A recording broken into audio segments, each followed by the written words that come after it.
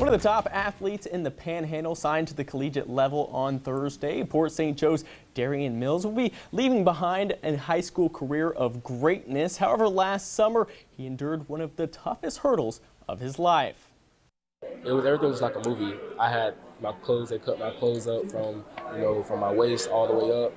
Everything was like a movie. I was just rushing in the stretcher, then took to the trauma room actually. In July of 2021, everything seemed to be falling in place for rising senior Darian Mills. He was coming off winning a gold medal at state, and he qualified to the wildly competitive Junior Olympics in Jacksonville. 3 days before competition, Mills and his coach, Keon McNair, sat in standstill traffic on the interstate when their lives would suddenly be changed. He was telling me how the car wasn't going to slow down. The truck actually wasn't going to slow down.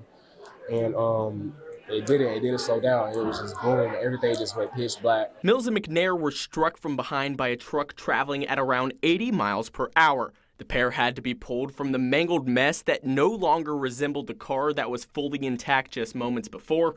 McNair was taken from the scene immediately, and Mills was left to believe his coach and biggest mentor was no longer with him. Coming out of the wreck, sitting there on the scene, just being told that your coach didn't make it, is just everything just went down.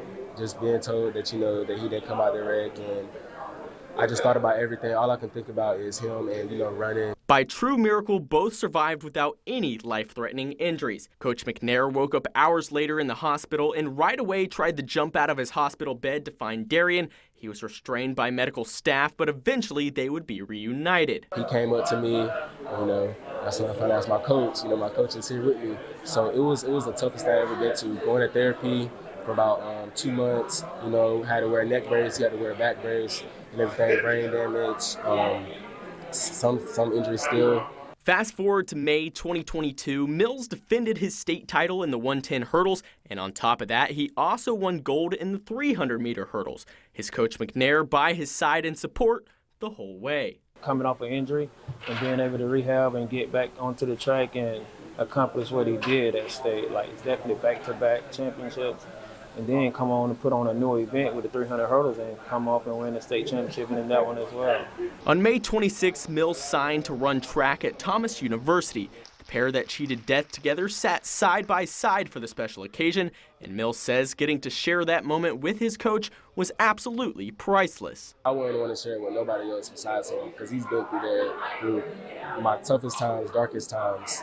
It's just truly blessed that we both get to sit here in one of my greatest times. Mills leaves Port St. Joe as the school record holder for the 110 and 300-meter hurdles.